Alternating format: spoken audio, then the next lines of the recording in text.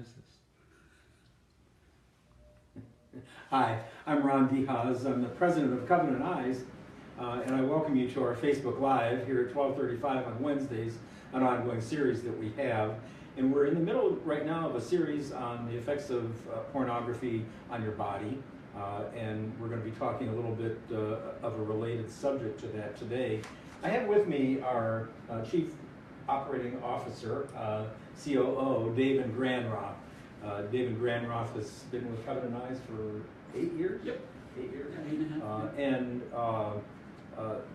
We make a good pair here at Covenant Eyes because he is a detailed person, I am not.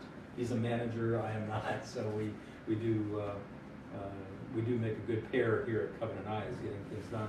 But one of the things that he and I have been looking at together is an issue. Now, pornography, as we know, has effects on every aspect of our lives. We've been talking about this the last few weeks. But one of the aspects that I want to talk about today is the issue of sexual objectification. Now, when I was a kid, maybe I didn't think about it as a kid, maybe by the time I was 20 years old, a guy would look at a girl and they talked about, you're looking at me as though I'm a sex object. And that was a pretty common accusation, that you're looking at me like I'm a sex object, or you're talking to me like I'm a sex object. But it really has grown more than that, hasn't it? And I think largely because of pornography. But tell us what you discovered I have an article here by Timo Uten, maybe? Uten, J-U with an umlaut, T-T-E-N, is the name, on sexual objectification. So yeah, you called my attention to this. Yeah, I ran across this maybe a month ago. It was published in the most recent issue of the Journal of Ethics, so a philosophical journal on that topic. And so it caught my attention because of the title, of course. Mm-hmm. And the author really broke it down in some interesting ways and talked about the idea of these fancy words, instrumentalization and imposition. And the idea of instrumentalization would be the instrument that you could talk about objectification in terms of taking a human being and seeing them as an instrument to be used. That was the accusation that was going on back when I was 20 years old. I'm just an instrument. Right, just an instrument. Yeah. And Timo, whatever his last name is posing a sort of a counterpoint and saying that rather there's an imposition argument, and what he's saying is that what we're doing is we're imposing, instead of just thinking about it as a use, preceding use, there is the sort of perspective, we're imposing a perspective on a human as an object, in this case for sexual purposes. So what's the difference then? What do you see as being the difference between just an instrument and imposition? Sure, I think if we go out of pornography just a moment and look in sort of workplace sexual discrimination practices, that argument could firmly come out of the instrumentalization, that somebody's being asked to do something. I'm using you for my sexual pleasure. Mm-hmm. The imposition would be a step before that, which somebody could make the argument that I have been overlooked or I have been discriminated against because I am viewed, the idea that I'm a sexual object has been imposed upon me regardless of use, that it's sort of my social standing has been cast in a certain light because these people around me see me as a sex object as opposed to a human being who can speak for herself, mm-hmm. as opposed to being imposed upon. I have a sentence here from this article that talks about this imposition, and it says that this idea developed in this paper, to be sexually objectified, according to this imposition mm-hmm. idea, to be sexually objectified means having a social meaning imposed on your being that defines you as to be sexually used. Yeah. And so it's more than just me looking at a particular person as an instrument of sexual pleasure or whatever, but actually coming into the, like you said, the workplace or anywhere with the idea that women in general, if anything, women in general are sex objects. Yeah. And so do you think, I won't impose my ideas, I won't put words in your mouth, but do you think that pornography is a dominant contributing factor to this imposition of sexual objectification? I certainly would hypothesize that it is for two reasons. One, you probably spoke about it in recent Facebook Live series, that the use of pornography by a human trains that human's brain, Yes. and that human's body in a certain pattern. And when we see something, we're actually learning by viewing. We're seeing ourselves in that role. If we're watching a porn video or something for that matter, we're learning what it means to be an actor in that role. Yes. As though we're actually physically practicing it. That's a powerful concept. That is. And so, how many hours, if a person has watched or consumed pornography, how much training have they done on that? That starts to be a staggering volume of hours of training when you think about that over the course of decades of use. Now, I'm not saying that everybody has decades of use and has amassed all these hours of training, but to the extent that we have some of that, and you multiply that out over the course of the total population of people in the world who may be routinely, say, every month, consuming pornography, it's very reasonable, I would say, to make that claim that yes, we have trained ourselves to view other people sort of in these roles, not as another human being from a heart of empathy and understanding of that person, but seeing them in that cast of player in a sex role, that even beyond that, the object to be perceived for sexual purposes. A book comes to mind, The Outliers.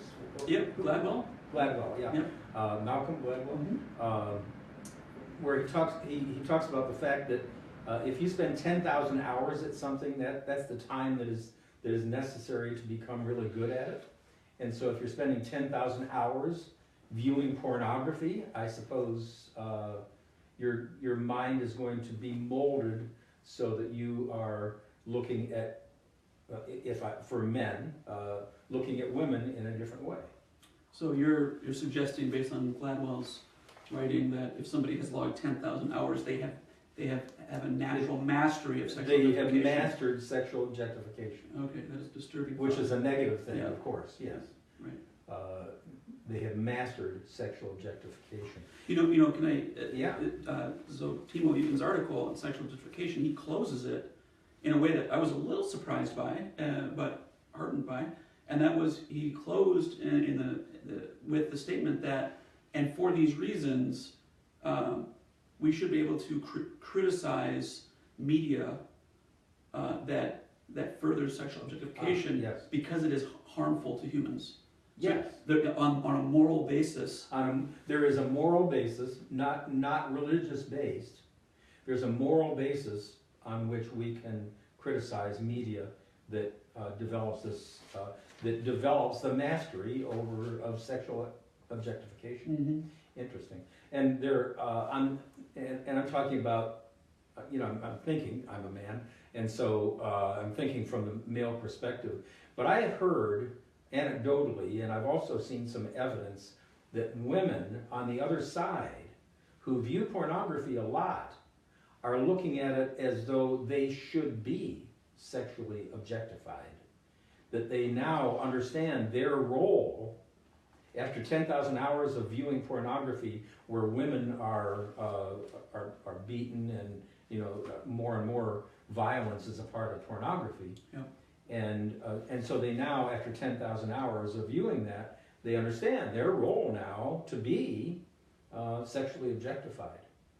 And so they're just playing right into this same idea that the media is developing this sexual objectification. Yeah. To make it completely personal, I have a couple of daughters, and this is one of those sort of latent fears that I have as a father. They're living in a world that is laced with images of sexual objectification of women. I mean, they're just we're all surrounded by it. Yeah. And to the extent that they're consuming media The part that sort of like is a heartbreaking sort of, I guess instance is, my daughter or daughters, you are being taught what it means to be an adult woman by this media. It isn't true, and you are being taught that your value isn't acting this way. Also not true. And even more, maybe profoundly, you are being shown a picture of what love is, the act of love, sort of this definition, this prototypical love is being taught to you through now this media that carries out sexual objectification. Mm-hmm. What a lie. It is a lie. It is. It's interesting that this whole idea of sexual objectification, to me, I'm 67 years old, and so I can look back when I was a kid, and Lucy and Ricky slept in separate beds in their pajamas. I remember, I think it was Mary Tyler Moore and the co-star in the show, I forget his name, who kissed on camera. Wow. And I think that was the first kiss during prime time evening television. And that I remember it being news. It was news. Yeah. News in a scandalous sort of a way, or what? A little bit, yeah. And I remember some of the movies that were out back in those days, and some of those movies that were, by today's standards, very mild, were considered quite scandalous back then. And so I think probably someone who is under 30 or maybe even 40 years old, even I forget, that was so many years ago, but I do remember some things, and I remember times were different then. And so this has been a profound shift in culture.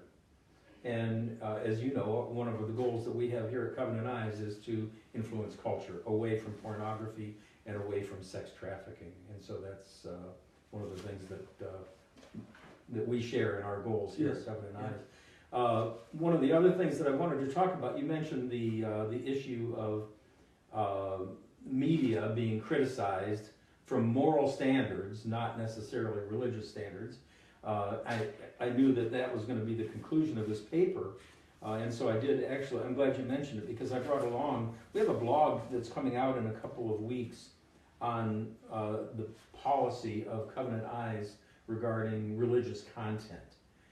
And some people think of Covenant Eyes as being a Christian company, and I don't think companies, probably don't find too many companies in heaven, I don't think, but so I don't think companies can be Christian. But I'm a Christian, and of course here at Covenant Eyes, I embrace the diversity that we have here at Covenant Eyes. We of course can't discriminate on any protected class, and so we don't. And I'm glad for that, because I embrace the diversity that we have. Mm-hmm. I really do appreciate the non-Christians we have. I appreciate the diversity of, even within the Christian world, the diversity of denominations we have, and also the people who have no religious faith whatsoever. Mm-hmm. I really appreciate their perspective in what we do here, because it's not just certainly not just a Christian topic. This is a topic that crosses humanity. It does. I thought about this, but who does this impact? From a parenting perspective, you might say, well, if a human being has lived through adolescence, mm-hmm. There's a great opportunity to struggle in these areas. Yes, that's exactly right. Pornography, well, you all say it, so I'll let you say it. Pornography affects 40% of all people, and therefore it affects all families. Yeah, I think the statistic was specifically for churchgoers. When you balance out men and women, mm-hmm. if we assume that there's about 50-50, mm-hmm. That when you balance all that out, it would be about 40% of churchgoers. So on a Sunday morning, looking out, say 1,000 people, 400 of them have viewed pornography at least once in the past 30 days. Mm-hmm. it doesn't. The statistic doesn't say anything about how many have viewed porn more than once in the past 3 days. Or are addicted. Or addicted. It doesn't say that, but it puts a boundary sort of on that. At the very least, 40% is a big number. Yeah, yeah. But what that means then, if 40% are affected, that really affects the entire body, whatever that body is, a church or organization or whatever. Yeah, if you have a family with 3 or 4 people in there, the odds are pretty good that somebody in that family is actually viewed. Yes. To what extent is another question. Yep, that's right. I'd like to just read a couple of paragraphs here on policy, because this really does express our goals here at Covenant Eyes. In working together, we work together with a number of organizations that are not religious at all, or they're a different denomination or religion. The hypersexualized culture we live in hurts those of all religious beliefs. The damaging effects of pornography reach every church, synagogue, mosque, and temple of all religions. It also harms those of no religious affiliation. That's why we welcome the opinions and the help of those fighting the same enemy. Sometimes the adage is true: the enemy of my enemy is my friend. The enemy in this case is, at least at some level, pornography and sex trafficking.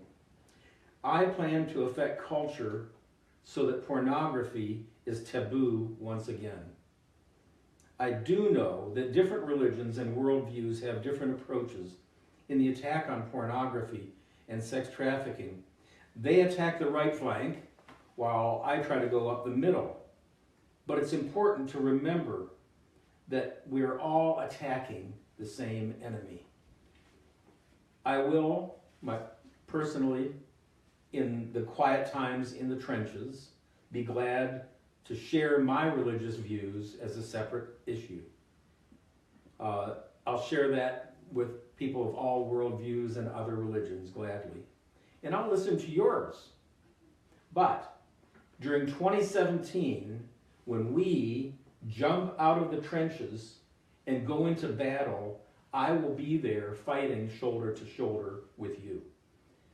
That is the essential thing that we must do, is to band together to fight pornography. So, that being said, this is Christmas week. And when we are surrounded in a culture, I believe that pornography has gone further into culture and created a hardening to the point that people who are addicted to pornography, they become irrational, they become irritable. And Alexander Rhodes last week talked a little bit about the brain fog that sets in, where you aren't relating to people properly. And I have found that those who are involved in pornography and not willing to get out of it often resort to ad hominem attacks. Ad hominem meaning that you're attacking the person and not what he's doing or what he believes. That you're actually attacking the person. And this has become so common in our society. We're surrounded by it. If you turn on the news, you hear it everywhere that you go. And so when I say Merry Christmas to you, I'm saying that, meaning I'm not saying that you have to believe what I believe. Perhaps you don't even celebrate Christmas.